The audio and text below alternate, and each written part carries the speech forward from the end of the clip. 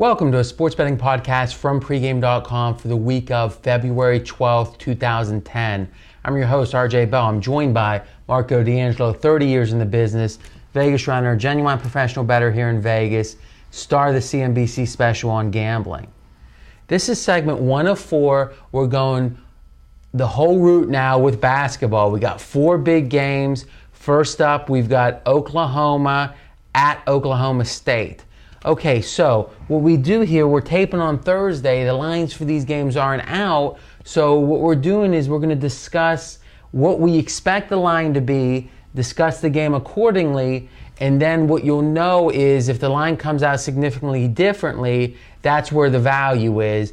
And that's the beauty. In fact, what real handicappers or most real handicappers do, they have their number first. And then when the line comes out, if the line is much different, that's when they'll pound it. That's why you'll see these opens is people will play them within a minute or two. Sure. They think the game should be picked. It comes out at 4. They take the 4 points automatically. Almost like if you know what a car is worth. Let's think about this real quick. Is you know a 1995 Corvette is worth X, whatever that is, and then you see it somewhere else for significantly less, unless you question that the car is somehow, broken or something, then you know you've got a value. You buy it, and then you know you got value. So in this game, what is the number? What is the Vegas runner number? I made Oklahoma State an 8-point home favorite, and I set the total at 141. All right, Marco? I made it Oklahoma State 7.5.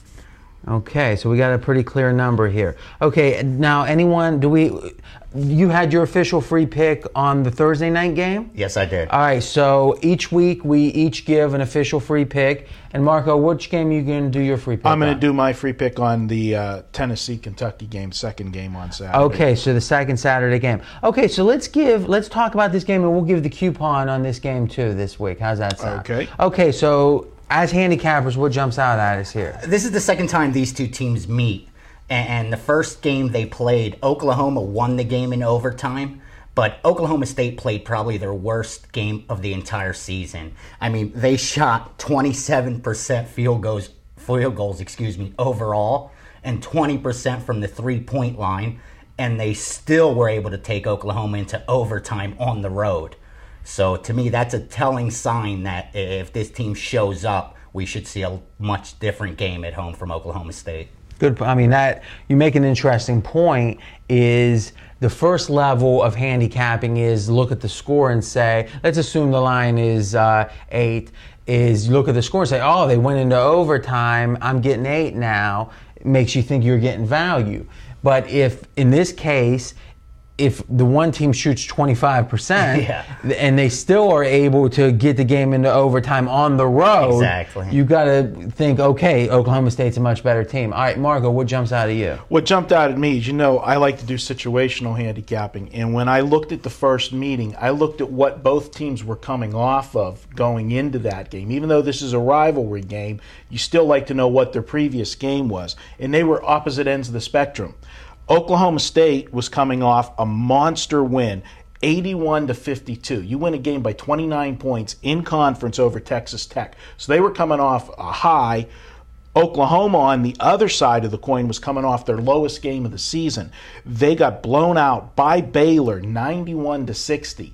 So you had a very focused Oklahoma team coming off an embarrassing loss, and you had a team, Oklahoma State, that kind of could have come in here fat and sassy, a little overconfident off their big romp of Texas Tech. All right, so what we're saying there is that if you can, there's 2 different ways to assess a prior score differently than just the hard facts of what the score was. One is what we talked about was you look deeper into the box score and say, well, it did go to overtime, but, and then we had the but in this case, Oklahoma State shot horribly.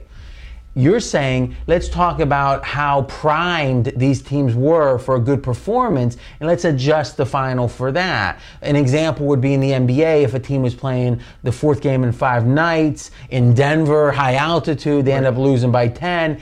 You really have to say that score was maybe a little bit deceiving. You're saying potentially Oklahoma State had a negative coming in the first matchup. Oklahoma had a positive because Oklahoma was focused after an embarrassing loss. Right. Oklahoma State might have been fat and sassy, as you say. So we would even adjust more to say Oklahoma State going into overtime on the road probably was even better than it looks like on the surface. Exactly. Okay, so it seems like we have leans. So at the number of 8, is there a lean on Oklahoma for both of you, or Oklahoma State for both of you guys? I leaned to Oklahoma State in the game. One of the other things that I noted in this game that's an advantage for Oklahoma State is they have had an entire week to prepare for this game. So they've thought about nothing about other than their arch rival playing with revenge. So I think that's an advantage where Oklahoma did have a game in, during so Oklahoma played Wednesday? Was it Wednesday?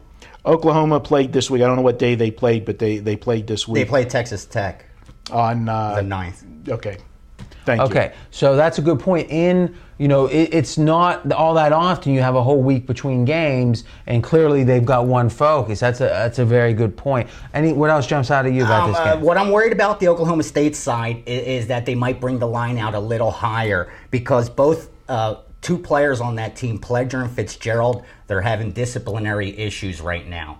And although they're not key contributors, they do put up around 10 points combined a game. And this is a team that just isn't deep. They depend on 3 freshmen and 2 sophomores to get the bulk of their minutes. So they need to bring in guys off the bench to take up some of these minutes. No, which team are we talking about Oklahoma. Here? All right, so you're Oklahoma. You're saying because of the disciplinary issues, we might see an adjustment in the number by. But is it going to be now? When you said the line should be 8, what were you assuming about these players? They play. Okay, Me too. So if they don't play, then what would they be worth? A half a point in your mind? I'd say about a point tops, point and a half.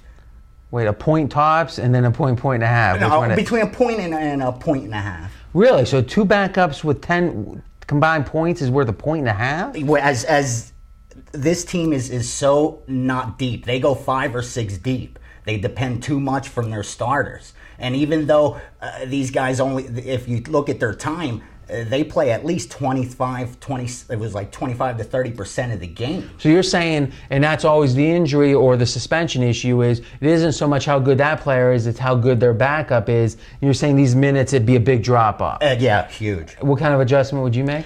I would agree with a point and a half just because public overreacts to things like that. But remember, we're talking about what you think the line should be. We're not trying to guess what the line is. I'm not interested in that. I want to know what you think the line should be. If they are both out, I would make the line 9. Okay. All right.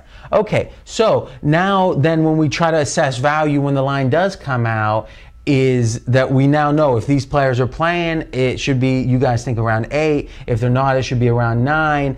And if the number is significantly different, that's where the value is. Absolutely. Okay, let's do the coupon. So we do give the 3 free picks away, but when we don't, we also give you a coupon. So if you want to go to pregamepros.com and buy something that's premium, you can actually get a discount. Hit it, Marco. All right. Well, since it's the Super Bowl champs, New Orleans Saints, we're going to make the coupon Who Dat. And that's the word who and D-A-T, Who Dat, and the number 10.